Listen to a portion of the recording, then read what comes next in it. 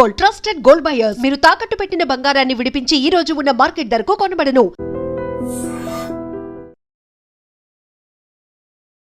జబర్దస్త్ అప్పారావు గారు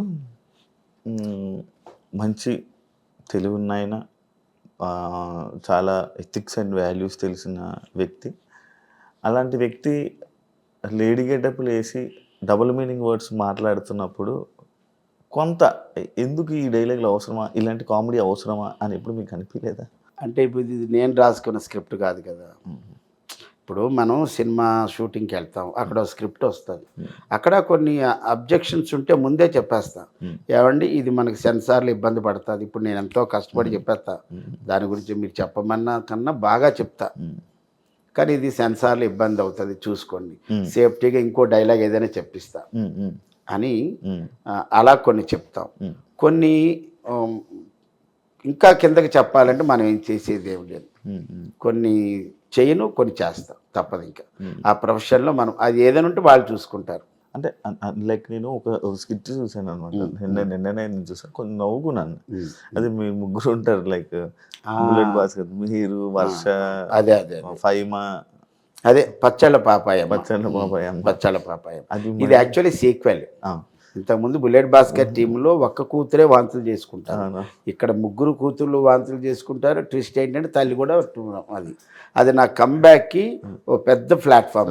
ఆ రోజు నాగబాబు గారు ఉండడం, ఆల్ టీమ్ లీడర్స్, పాత టీమ్ లీడర్లు చమక్ చంద్ర గారు, వేణు గారు, ధనరాజు గారు, అవినాష్, వెళ్ళిపోయిన వాళ్ళందరినీ పిలిచారు. పైగా నాగబాబు గారు ఉన్నారు. యాక్చువల్ ఆ స్కిట్కి లూప్ ఇచ్చింది నాగబాబు గారి.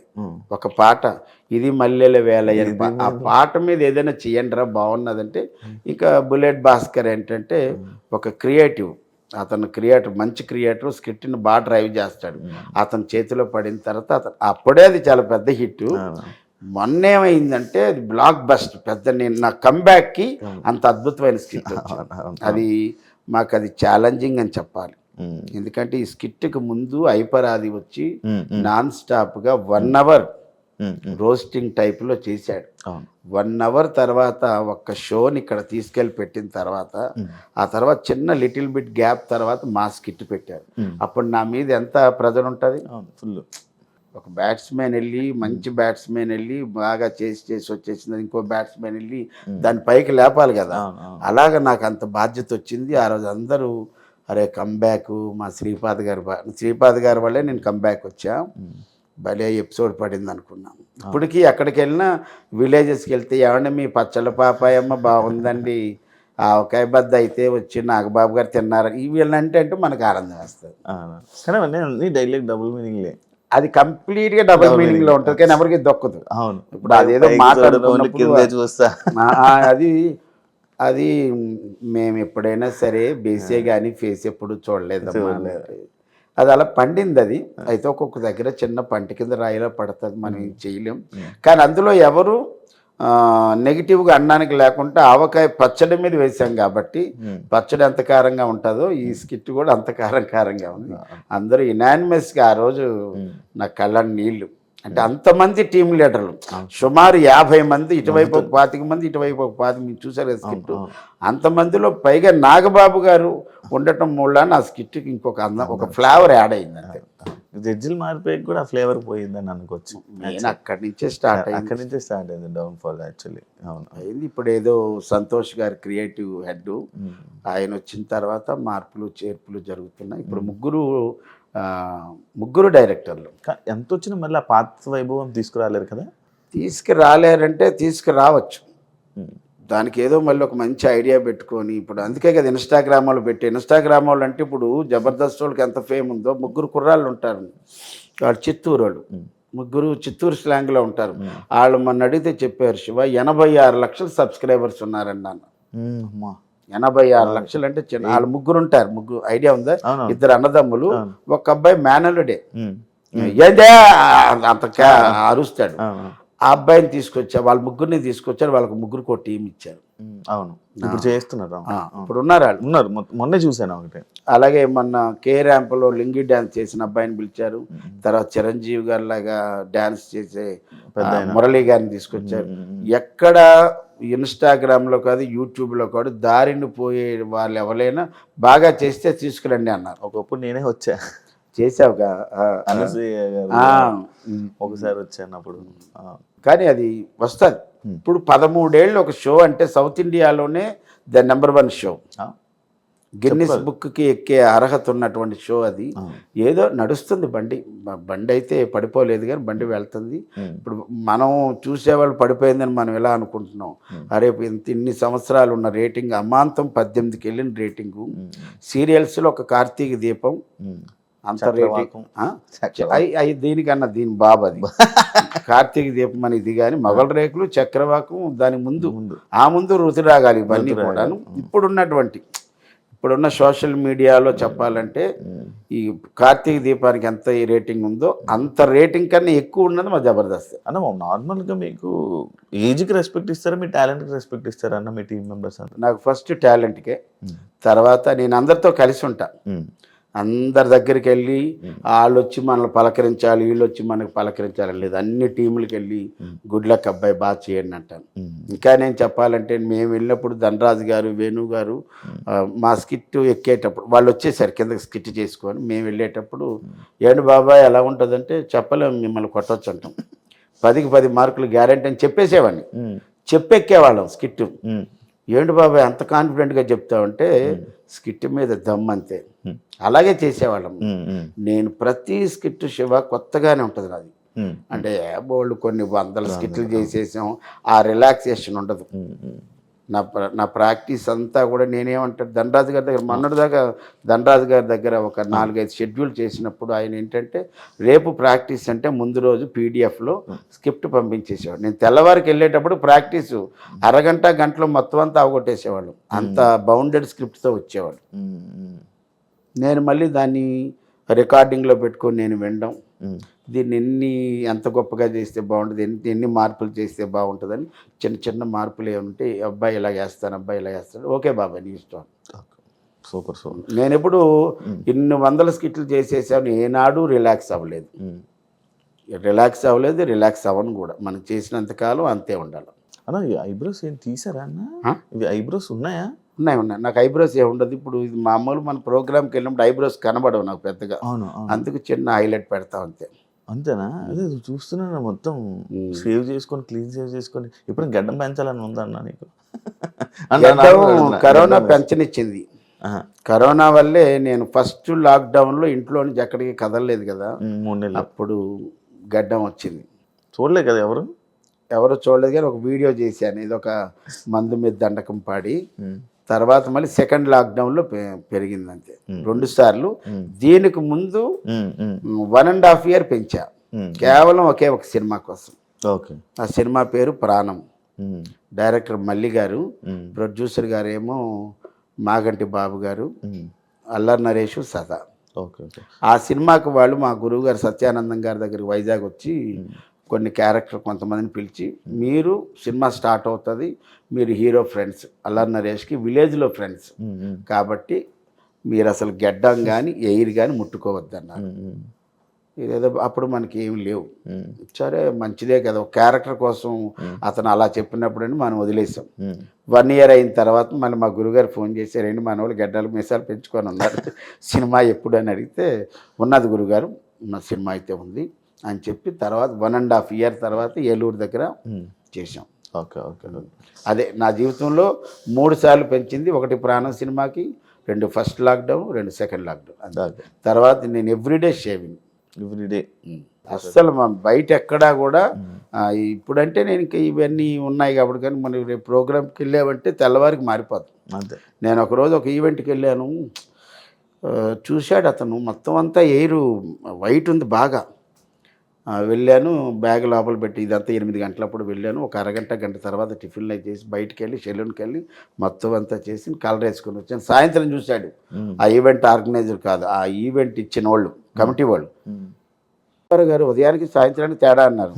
మరి స్టేజ్ ఎక్కినప్పుడు కొన్ని ఉంటాయి అన్నాను. అది చాలా మెచ్చుకున్నాడు. అది మనం అంటే మన నిత్య నూతనంగా ఉండడమే ఆర్టిస్ట్ చేయాల్సింది మరి మార్కెట్లో ఉండాలి అంటే. అంటే మీరు నార్మల్గా ఏ సినిమా పడితే ఆ సినిమా చేసేస్తారు, చిన్నదా పెద్దదా అవి ఏం ఆలోచించరు. ఒక క్యారెక్టర్ రాగానే ఒక సినిమా ఆఫర్ వచ్చింది ఓకే అని ఎందుకు చెప్పేస్తారన్న? అంటే నాకు బ్రేక్ రాలేదు కదా శివ, నాకు ఒక బ్రేక్ వచ్చేసి మంచి సినిమాలు పడ్డాయి అనుకో, అప్పుడు నేను ఆలోచిస్తాను అన్ని సినిమాలు చేయకూడదు, కొన్ని సినిమాలు చేయాలి. నాకు బ్రేకే రాలేదు కదా, కానీ బ్రేక్ లేకుండా చేస్తున్నాను ఏదో ఒకటి. ఇప్పుడు మొన్న అలీ గారు జడ్జిగా, అలీ గారు నాకు తెలిసి ఫస్ట్ టైం జడ్జిగా చేశారంట. అందులో నేను ఒక లాయర్ క్యారెక్టర్ చేశాను. అందులో మా ఐపరాది, టేస్టీ తేజ, అవినాష్ వీళ్ళందరూ కాంబినేషన్లో నాకు వేషం పడింది, చేశా. మొన్న అనుకోకుండా మేము కొత్త వలసలో ఎక్కడో ఒక షూటింగ్లో ఉంటే 2 రోజులు పక్కనే జైపూర్ నుంచి ఒక కాల్ వచ్చింది. ఫనీ అని ఒక అబ్బాయి ఉంటాడు కదా, ఫన్ బకెట్లో ఫనీ, బ్లాక్ ఫనీ ఉంటాడు. అతను బాబాయ్ ఎక్కడున్నా ఉంటే నేను ఇక్కడ విజయనగరం కొత్త వలసలో ఉన్నానంటే మనకి జైపూర్లో ఒక సినిమా ఉంది, మరి ఈరోజు రాగలరా అని అడిగాడు. ఈరోజు రాగలరా అంటే ఎప్పుడన్నాను అంటే మీరు ఒక 10 గంటలకు వస్తే చాలన్నాడు. నేనేమో కొత్త వలసలో ఉన్నాను, షూటింగ్ అయితే 7 గంటల వరకు ఉంటుంది, మరి నన్ను ఇక్కడి నుంచి తీసుకెళ్ళగలిగితే వస్తానన్ను. 7 గంటలకు షార్ప్గా కారు వచ్చింది, 7:15 కారు ఎక్కాను. 11 గంటలకల్లా అక్కడికి వెళ్ళిపోయాం. జైపూర్ జైపూర్ అంటే మన ఒడిశా జైపూర్, ఎక్కడ మన అరకు మీదుగా అలా వెళ్ళా. ఒక్కడనే డ్రైవర్ని పెట్టారు, మంచి కారు పెట్టారు, మంచి కుర్రాన్ని పెట్టారు డ్రైవర్ని. 11 గంటలకు వెళ్ళాను, 4 గంటలకు నాకు అయిపోయింది. 4 గంటలకు పెడితే మళ్ళీ 8:30 ఉదయానికి అందుకున్నా. మళ్ళీ ఇంకొక రోజు ఫోన్ చేశారు, మళ్ళీ అలాగే వెళ్ళొచ్చు. అలా 3 సార్లు వెళ్ళొచ్చా జైపూర్లో ఒక షూటింగు. అది కూడా మన రాజా రవీంద్ర గారు, బాబు మోహన్ గారు, సప్తగిరి గారి కాంబినేషన్. అందులో ఆ సినిమాలో సప్తగిరి గారు డ్యూయల్ రోల్, తాత మనవడు, మంచి సినిమా. ఓకే. సో సార్ మన నార్మల్గా మన డైరెక్టర్ని వాళ్ళని అవకాశాలు ఇవ్వండి అని అడుగుతారా? అయ్యో 100%. మన వేణు గారి దాంట్లో ఎందుకు? నేను అంటే వేణు నాకు తెలుసు కదా, బాబాయ్ బాబాయ్ అంటాడు. తర్వాత ఏమో శాంతి కుమార్ గారు నాకు తెలుసు, అప్పారాగారు అంటారు. విమానం డైరెక్టర్ శివప్రసాద్ గారు తెలుసు, ఆయన చమక్ చంద్ర గారి స్కిట్లు రాశారు, నేను సోలో టీమ్ లీడర్ ఉన్నప్పుడు రాశారు. తెలుసుండి అడగడం ఎందుకంటాను. ఇప్పుడు వేణు గారికి నేను అరే ఇది బాబాయ్ అయితే భలే చేస్తాడు అనుకున్నాడు అనుకో, నన్ను పిలుస్తాడు కదా. లేనప్పుడు నేను వెళ్ళి కనబడి ఏదంటే చూడు అని అడగలేను. కానీ మా సత్యపండు గారికి అవకాశం వచ్చింది. ఏప్రిల్లో డేట్లు ఉన్నాయన్నారు, ఎల్లమ్మ సినిమా అన్నాడు. నేనన్నా నా సినిమా కోసం డేట్లన్నీ పక్కన పెట్టుకోండి, వేరే సినిమా వచ్చినా ముందు వేణుగారిని అడగండి, అబ్బాయి ఏంటి డేట్లు వచ్చాయి మరి వెళ్ళనా లేకపోతే మీ దగ్గరకు ఉండనా అంటే ఉండంటే ఉండిపోమండి, ఇంకో సినిమా చేయొద్దు, ఏవో ఆ సినిమా బలగంలాగా పెద్ద హిట్ అయ్యే సినిమా ఇవ్వండొచ్చు అన్నాను. అందుకే దాంట్లో కూడా బోల్డ్ మంది మారి లాస్ట్కి దేవి ప్రసాద్ గారికి అదృష్టం వరించింది కదా. అందుకు కొన్ని అడగని అబ్బాయి, కొన్ని మాత్రం నేను తప్పకుండా వెళ్ళి కంపల్సరీగా నాకు మీ సినిమాలో నాకు సూట్ అయ్యే క్యారెక్టర్ ఏదున్నా ఇవ్వండి సార్ చేస్తానంట. ఓకే, వెళ్తుంటారు, అడుగుతూ ఉంటారు డైరెక్టర్. అలాగని డిమాండ్ కూడా ఏం లేదు. ఇప్పుడు ప్రస్తుతానికైతే సినిమాకి నేను 20,000 చెప్తాను సినిమాకి, ఒక సినిమా. అది కూడా నాకు అదృష్టం ఏంటంటే సరిలేరు నీకెవరు, సరిలేరు నీకెవరు సినిమా వరకు రాజాది గ్రేట్ కానీ, రాజాది గ్రేట్ అయితే రోజుకు 10,000, అది దిల్ రాజు గారి సినిమాయే కదా. సరిలేరు నీకెవరు వాళ్ళదే కదా. అవును, ఈ సినిమాకి 10,000 తీసుకున్నాను. ఆ తర్వాత ఈ సినిమా పెద్ద హిట్ అయింది కదా, అప్పుడు బయట ఎవరు అడిగినా 20,000 చెప్పారు. కొంతమంది 20,000 ఇచ్చారు, కొంతమంది చిన్న సినిమా అండి అంటే ఎంత ఇస్తారు 15,000. ఓకే. ఇంకొక తీరు ఏంటంటే సినిమాలో క్యారెక్టర్ బాగుంది, అరే ఈ సినిమా ఆడినా ఆడకపోయినా మనకంటూ ఒక మంచి పేరు వస్తుంది అన్నప్పుడు 10,000కి చేస్తాం. 10,000కి తక్కువ అయితే చెయ్యను. ఇప్పుడు పెద్ద పెద్ద హీరోలు లైక్ ఇప్పుడు సరిలేరు నీకెవరు కానీ, చందమామలో కానీ, లేకపోతే ఇంకా కొన్ని చాలా సినిమాల్లో చేశారు కదా, పెద్ద హీరోస్ మీతో మాట్లాడుతుంటారా? ఎలా ఉంటారు మీకు? అది నాకు తెలుసుకోలేను. అంటే ఇంతవరకు నేను 14 రోజులు చేశాను సర్లేరు నీకెవరు. నాతో ఒక సందర్భం 2 సందర్భంలో మాట్లాడింది రావు రమేష్ గారు. ఇంకా మహేష్ బాబు గారు షార్ట్ కట్ అంటే ఆయన వెళ్ళిపోయేవారు, ఎక్కడ మాట్లాడడానికి లేదు కూడా, ఎక్కడా లేదు. ఏ హీరోలు మాట్లాడరు? ఎవరితో లేదు. నితిన్తో ఒక సినిమా చేశాను కదా శ్రీ ఆంజనేయ, మాట్లాడడానికి ఎక్కడ అవకాశం లేదు. అవదని కాదుగా, నేను ఎందుకు అంటే ఇప్పుడు షార్ట్ కట్ అనగానే గొడుగు వస్తుంది, వెళ్ళిపోతారు కదా వాళ్ళు.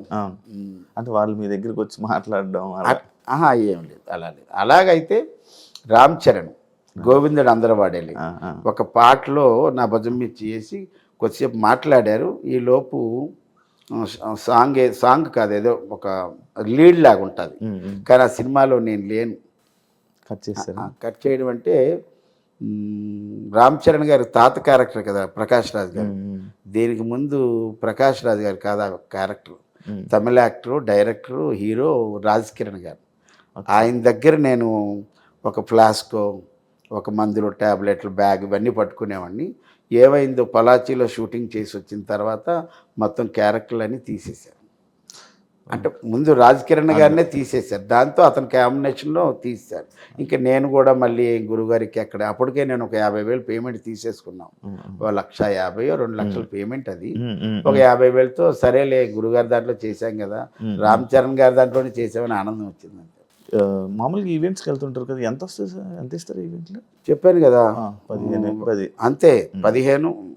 15 ప్లస్ ట్రాన్స్పోర్ట్ ఇప్పుడు దాకా. కొన్ని ఈవెంట్లు 20,000 ఉంటాయి, కొన్ని బెంగళూరు ఈవెంట్లు 30 ఉంటాయి. అంటే మనకు బెంగళూరు అంటే ఒక డే వేస్ట్ అయిపోతుంది. అందుకోసం కొద్దిగా డబుల్ పేమెంట్ ఇవ్వండి సార్ అంటారు.